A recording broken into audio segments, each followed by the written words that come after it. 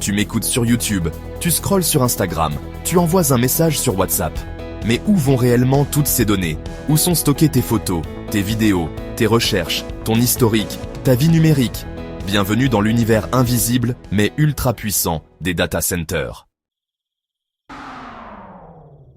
Un data center, ou centre de données, c'est comme une gigantesque bibliothèque numérique.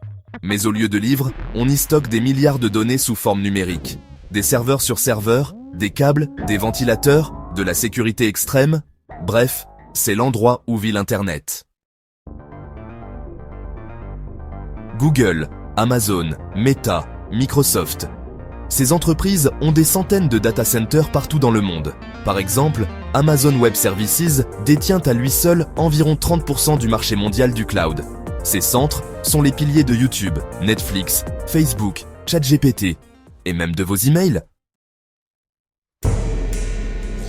Tu ne les vois jamais, et pourtant ils sont tout près, souvent cachés dans des zones industrielles, dans des pays au climat froid comme l'Islande, la Finlande ou le Canada, pour limiter la surchauffe des machines.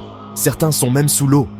Microsoft a testé un data center sous-marin en Écosse pour réduire les coûts de refroidissement. Qui contrôle les données? Contrôle le monde. Les États-Unis, la Chine, l'Europe, tous se battent pour héberger les data centers. Derrière les câbles et les serveurs se cache une guerre de souveraineté numérique. Ils consomment à eux seuls près de 2% de l'électricité mondiale. C'est autant qu'un pays comme l'Argentine. Ils émettent aussi du CO2, et c'est pourquoi les entreprises essaient de les rendre plus verts. Avec l'intelligence artificielle, la 5G et le Web 3.0, les data centers vont devenir encore plus indispensables et plus massifs, mais il faudra inventer des solutions pour les rendre plus sûrs, plus verts et plus éthiques. Tu ne peux plus vivre sans Internet, et Internet ne peut pas vivre sans les data centers. C'est le nerf de la guerre numérique.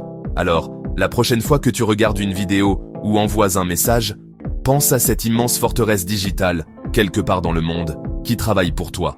Ce que tu ignores façonne déjà ton monde. Donc, sache-le.